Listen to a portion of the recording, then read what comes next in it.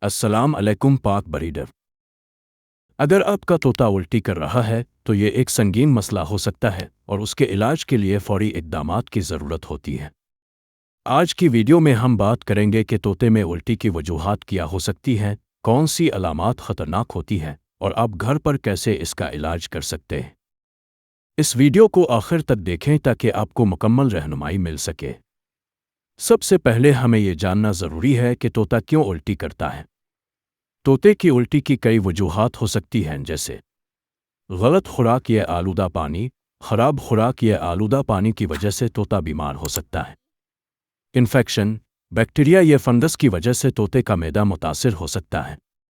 زہریلی اشیاء، کبھی کبھار طوطے غلطی سے کوئی زہریلی چیز کھا لیتے ہیں جو ان کی الٹی کا سبب بن سکتی ہے۔ اب بات کرتے ہیں کہ کن علامات پر ہمیں فوری توجہ دینے کی ضرورت ہے۔ اگر طوطا بار بار الٹی کرے یا درج ذیل علامات ظاہر ہوں تو یہ خطرے کی علامت ہو سکتی ہے۔ بھوک کا ختم ہو جانا، وزن میں کمی، پر پھولنا اور غیر معمولی سستی، سانس لینے میں مشکل، ڈھیلا پاخانہ، یہ سب علامات کسی سنگین مسئلے کی نشاندہی کرتی ہے اور ایسے میں فوری علاج ضروری ہے۔ اگر آپ کو لگے کہ آپ کا طوطا الٹی کر رہا ہے تو فوری طور پر ان گھریلو اقدامات کو آزمائیں۔ پانی کی فراہمی، سب سے پہلے صاف اور تازہ پانی فراہم کریں تاکہ طوطا ہائیڈریٹ رہے۔ الیکٹرولائٹس جیسے ORS شامل کر سکتے ہیں۔ خوراک ہٹا دیں، کچھ وقت کے لیے خوراک ہٹا دیں تاکہ طوطے کا معدہ آرام کر سکے۔ اس کے بعد اسے ہلکی اور آسانی سے ہضم ہونے والی خوراک دیں، جیسے ابلا ہوا چاول یا دلیا۔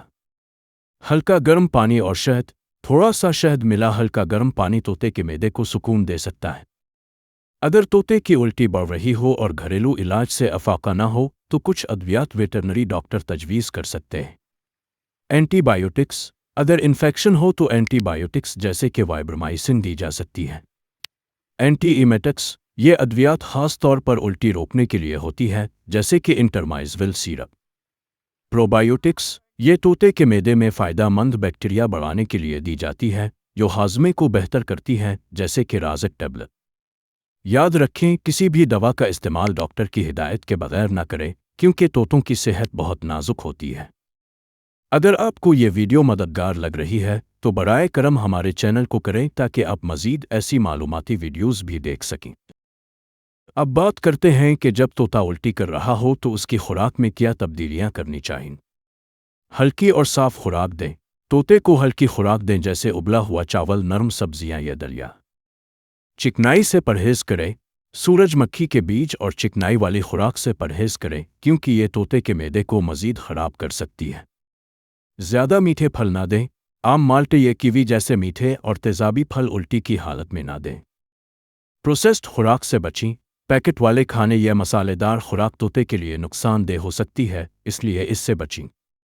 یہ خوراک کی تبدیلیاں طوطے کے معدے کو آرام دیں گی اور اس کی صحت کی بہتری میں مدد کریں گی۔ اس کے علاوہ اگر آپ پرندوں اور جانوروں کی سیل پرچیز کرتے ہیں تو پاک بریڈر ایپلیکیشن آپ کے لیے فائدہ مند ہو سکتی ہے، تو ابھی گوگل پلے اسٹور سے پاک بریڈرز ایپلیکیشن کو ڈاؤن لوڈ کریں اور اپنا اکاؤنٹ بنا کر لامحدود فری اشتہار لگائیں۔ دوستو، طوطے کی الٹی ایک سنگین مسئلہ ہو سکتی ہے، لیکن اگر بروقت صحیح اقدامات کیے جائیں تو طوطے کی صحت میں جلد بہتری آ سکتی ہے۔ ہم امید کرتے ہیں کہ آج کی ویڈیو آپ کے لیے مفید ثابت ہوئی ہوگی۔